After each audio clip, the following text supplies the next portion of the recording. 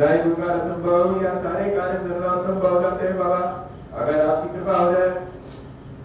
बड़ा साधारण प्रश्न लेकिन बहुत ही महत्वपूर्ण और गूढ़ प्रश्न। कुछ प्रश्नों के उत्तर सब लोग जानना चाहते हैं लेकिन प्रश्न नहीं पूछना चाहते। भरद्वाज जी ने याज्ञवल्क्य जी महाराज से पूछा कि हे प्रभु, ये राम नाम की महिमा तो हम चारों ओर सुने, लेकिन ये राम है कौन? क्या दशरथ के पुत्र राम और भगवान शंकर जिसको हंसते रहते हैं राम राम, वो राम दोनों एक ही है या अलग? भरद्वाज जी महाराज के प्रश्न और याज्ञवल्क्य जी महाराज के उत्तर। बड़े अचरज की बात यह है कि वन गमन के समय जब प्रभु श्री राम जंगल में जाते हैं तो एक एक करके सारे साधु संतों के आश्रम में जाते हैं और भरद्वाज ऋषि के भी वह आश्रम में जाते हैं। लेकिन यहां पे भरद्वाज जी याज्ञवल्क्य जी से पूछ रहे हैं कि राम कौन है, और याज्ञवल्क्य जी तो राम जी से मिले भी नहीं। मतलब कि जिससे हम मिले हैं उसके बारे में हम स्वयं न जान करके दूसरे से जानने की कोशिश करते हैं। तो विश्वास दो तरह का विश्वास होता है, एक मानने वाला विश्वास और एक जानने वाला विश्वास। मानने वाला विश्वास अर्थात बाबा खीरेश्वर महादेव जी की शरण में आते हैं, उनकी सेवा भक्ति में है, यह मानने वाला विश्वास है कि महादेव कृपा करते हैं। लेकिन यही मानने वाला विश्वास अगर जानने वाला विश्वास हो जाए, अर्थात हम बहुत करीब से जान जाए कि यह सत्य है कि हम तो बहुत समस्या में घिरे थे और खीरेश्वर बाबा की कृपा से हम सारी समस्याओं से बाहर निकले। यद्यपि खीरेश्वर महादेव मेरे पास हैं, लेकिन अभी कोई बहुत बड़ा साधु संत ज्ञानी आ जाए तो महादेव की महिमा हम उनके मुख से सुनना चाहिए। ऐसे ही भरद्वाज जी महाराज यद्यपि रामचंद्र जी से मुलाकात हुई है, मिले हुए हैं, लेकिन फिर भी याज्ञवल्क्य जी से पूछ रहे हैं कि प्रभु यह राम कौन है? और दूसरे के कामों के बहाने बहुतों का कल्याण हो जाता है। भरद्वाज ऋषि के आश्रम में जो और साधु संत थे, वो सारे साधु संत बड़े प्रसन्न हो गए, क्योंकि यह प्रश्न भले कोई पूछ नहीं रहा हो, लेकिन मन में यह शंका तो आई जाती है कि क्या दशरथ के पुत्र राम ही भगवान शंकर जिनका नाम राम राम लेते हैं वही है? और अगर ये वही है तो कैसे वही है? किसी मनुष्य का पुत्र परम ब्रह्म कैसे, और अगर परम ब्रह्म है तो वह मनुष्य का पुत्र कैसे? यह मन में संदेह रहता है। बहुत सारे विद्वान लोग, बहुत सारे ऋषि मुनि, जिनके मन में शंका किंचित मात्र भी नहीं होती कि दशरथ के पुत्र राम और भगवान शंकर के मुख से निकलने वाले राम दोनों एक ही, लेकिन फिर भी माया के वशीभूत होकर के अच्छे अच्छे ज्ञानी भी इस मामले में संदेह पैदा करते। तुलसी के राम और कबीर के राम, दोनों के राम में यही मूलभूत अंतर है। तुलसी के राम दशरथ के पुत्र राम, भगवान शंकर के राम और घटरटवासी राम सब एक ही, लेकिन कबीर के राम दशरथ के पुत्र राम और घटघटवासी राम दोनों अलग है। बहुत सारे ऋषि मुनि साधु संतों का अपना अपना मानना विचार है, लेकिन यहाँ पे तुलसी बाबा और भगवान शंकर निसंकोच कहते हैं कि दोनों राम एक ही।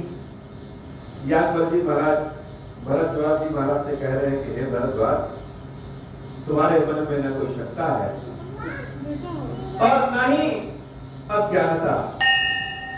तुम तो बड़े चतुर, हमको छेड़ करके राम के बारे में तुम जानना चाहते हो। तो यह मत सोचो कि ऐसा प्रश्न केवल तुम्हारे ही मन में आया है।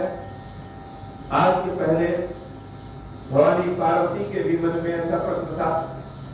भवानी ने भी भगवान शंकर से यही प्रश्न किया और भगवान शंकर ने उस प्रश्न को विस्तार पूर्वक करके श्री रामचरितमानस की गाथा सुनाई।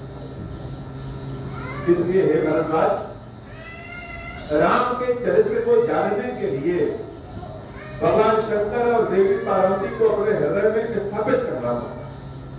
जब तक हम भगवान शंकर और माता पार्वती की कथा को न जाने जाएं, उनकी महिमा को, उनके चरित्र को न जाने जाएं, तब तक राम को समझ नहीं सकते। इसलिए देवी पार्वती और भगवान शंकर के मध्य यह वार्तालाप कब हुआ, क्यों हुआ, कैसे हुआ, सबसे पहले हम शिव जी और पार्वती जी की कथा सुनाते हैं।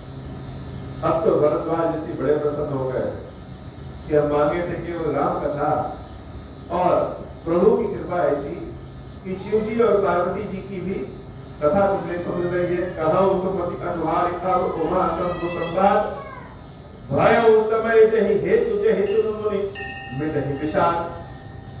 तो एक बार की बात है, एक बार त्रेता युग माही शंभु गए कुंभज ऋषि पानी। कुंभज ऋषि अर्थात महर्षि अगस्त्य ने अपने आश्रम में एक राम कथा का आयोजन किया। जैसे आज हम लोग राम कथा का आयोजन कर रहे हैं, वैसे ही पहले भी राम कथा का आयोजन होता था। और ऋषि मुनि जो राम कथा को जानते थे, उसके बाद भी राम कथा बार बार सुनते। तो महर्षि अगस्त्य अपने घर पे राम कथा का आयोजन किया अपने आश्रम पे, और उन्होंने बहुत लोगों को निमंत्रण दिया। और निमंत्रण सबको देने के साथ साथ भगवान शंकर और माता सती को भी अपने यहाँ आने का निमंत्रण दिया। संत सती जगजननी भवानी पूजे ऋषि अखिलेश्वर जानी। भगवान शंकर तो स्वयं राम जी की महिमा को जानते हैं, लेकिन उसके बाद भी भगवान शंकर जहां कहीं भी मिलता है राम कथा, वही सुनने के लिए पहुंच जाते हैं। तो कथावाचक स्वयं अगस्त्य जी महाराज थे, और शिव जी महर्षि अगस्त्य के यहाँ राम कथा सुनने के लिए गए। यह बड़ी अचरज बात है कि अगर हम किसी चीज को जानते रहें तो हम सुन नहीं पाते, जब तक हम सुना न दें। आजकल की यह भावना है कि जहां थोड़ा सा ज्ञान हुआ हम तुरंत उड़े थे। ज्ञान होने के साथ भी सुनने की क्षमता हो, यह बहुत बड़ी बात। तो भगवान शंकर राम कथा के श्रोता बन करके गए। नंदी बैल पर भवानी सती को बैठाया और स्वयं भी बैठ करके बड़े आनंद के भाव में कि चल रहे हैं, राम कथा सुनने को मिलेगी, राम कथा सुनने के लिए पहुंचे। प्राय ऐसा देखा गया है कि जो कथा व्यास है, कथा व्यास को सभी लोग प्रणाम करते हैं। जब भी कोई आता है तो वह कथा व्यास को प्रणाम करता है, क्योंकि कथा व्यास की पत्नी ही इतनी सम्मानजनक है। व्यास का मतलब किसी भी चीज का विस्तार कर देना, किसी भी चीज का विस्तार कर देना ही व्यास है। लेकिन यहाँ पे भगवान शंकर कथा श्रोता के रूप में गए, लेकिन महर्षि अगस्त्य की महिमा देखिए, पूजे ऋषि अखिलेश्वर जाति। यद्यपि भगवान शंकर गए हैं, श्रोता के रूप में गए, लेकिन महर्षि अगस्त्य ने उनको अखिलेश्वर अर्थात सारे संसार का मालिक जान करके उनकी पूजा। कथा व्यास ने शिव जी की स्वयं पूजा की और भवानी के साथ उनको एक स्थान दिया जहां बैठे। कथा शुरू हुई। राम कथा मुनि बरस बखानी सुनि महेश परम सुख। शिव जी और देवी सती के भाव में बड़ा अंतर। शिव जी तो श्रोता बनकर के गए हैं, लेकिन भवानी जब भगवान शंकर के साथ बैठती हैं और भगवान शंकर की जब अखिलेश्वर जान करके, समस्त संसार के मालिक जान करके पूजा होती है। तो भवानी जैसे अपने मन में गुरुता लेकर के आ जाती है, अहंकार कहने या इस भाव में आ जाती है कि जब भगवान शंकर अखिलेश्वर हैं तो सारे संसार की तो हम जगत जननी हैं। तो जब तक किसी स्थान में हम राम कथा में श्रोता बन करके न बैठे, तब तक चाहे कितने में धीर गंभीर हो, कथा के मर्म को समझ नहीं पाए। शिव जी तो कथा सुन रहे हैं, लेकिन भवानी पूरे कथा के दौरान इसी भाव में बैठी रही कि हम तो संसार के मालिक भगवान शंकर की शक्ति है, तो हमारी विशेष उपयोगिता है। ऋषि पूछी हरि भगत सुहाई, कहीं शंभु अधिकारी पाई। राम कथा पूरी हुई, उसके बाद महर्षि अगस्त्य ने भगवान शंकर के चरणों में प्रणाम करके पूछा कि हे प्रभु, भगवान की भक्ति के बारे में कुछ बताइए। शिव जी ने महर्षि अगस्त्य को पात्र जान करके हरि भक्ति के कारण, हरि भक्ति का प्रभाव, हरि भक्ति का लक्षण सब कुछ महर्षि अगस्त्य को बताया। कहत सुनत रघुपति गुण गाथा, कछु दिन तहाँ रहे गिरनाथा। पुरिसन पिता मागी त्रिपुरारी, चले भवन संग जाछ कुमारी। दहियाओ सरवंचन वही भारा, हरि रघुवंश वीन अवतारा। पिता बचन तचिराज उदासी, दंडक बन विचरत अविनाशी। मंगल भवन अमंगल हारी, उमा सहित जहि जपत पुरारी। महीने भर से ऊपर भगवान शंकर कथा कहते, कथा सुनते, वहां 1 महीने से ऊपर रहे। उसके बाद महर्षि अगस्त्य से विदा लेकर के और अपने धाम कैलाश को प्रस्थान कर। यह वही समय था जब त्रेता युग में भगवान श्री राम ने दशरथ जी के यहाँ अवतार लिया था और लीलावश अपनी पत्नी देवी जानकी की खोज में चारों ओर मनुष्यों की भांति रोते बिलखते जानकी जानकी करते घूम रहे थे। भगवान शंकर देवी सती के साथ जब लंबी बैठ पर बैठ करके और राम कथा सुन करके राम कथा के बारे में बातचीत करते हुए जा रहे थे, तो उनके मन में यह इच्छा उत्पन्न हो गई कि अगर प्रभु श्री राम के दर्शन हो जाए तो बड़ा आनंद। हृदय विचार जात हर कहीं भी दर्शन होई, गुप्त रूप अवतरे प्रभु गए जान सब कोई। भगवान ने तो गुप्त रूप से अवतार लिया है और जाकर के अगर राम जी के समक्ष हम दर्शन करेंगे तो भगवान की लीला का भेद खुल जाएगा, लोग जान जाएंगे कि यह परम ब्रह्म है। लेकिन इच्छा तो इच्छा और प्रेम की इच्छा तो बड़ी प्रबल। भगवान शंकर के मन में यह इच्छा है कि कहीं राम जी का दर्शन हो जाए। अब शिव जी के मन में अगर कुछ इच्छा हो और पूरा ना हो तो ऐसे कैसे संभव। शंकर व्रति छोभ छति न जान हिमर सोई, तुलसी दर्शन लोग मन डर लोचन लालची। हे बाबा, आज की कथा इतनी। श्री गिरीश्वर महादेव जी, गिरीश्वरी भैया जी सबके ऊपर बाबा कृपा करें।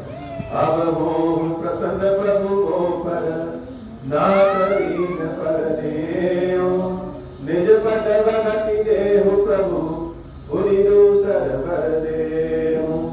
तब माया वश जीव जड़ संतत बिरहि गुणाना, हम पर क्रोध न करिय प्रभु कृपा सिंधु भगवान। शंकर दीन दयाल अब हम पर हो कृपाल, साप अनुग्रह होई जहि विधि नाथ तोरहि काल। दीन दयाल विरुद्ध संभारी, हरहु नाथ मम संकट भारी।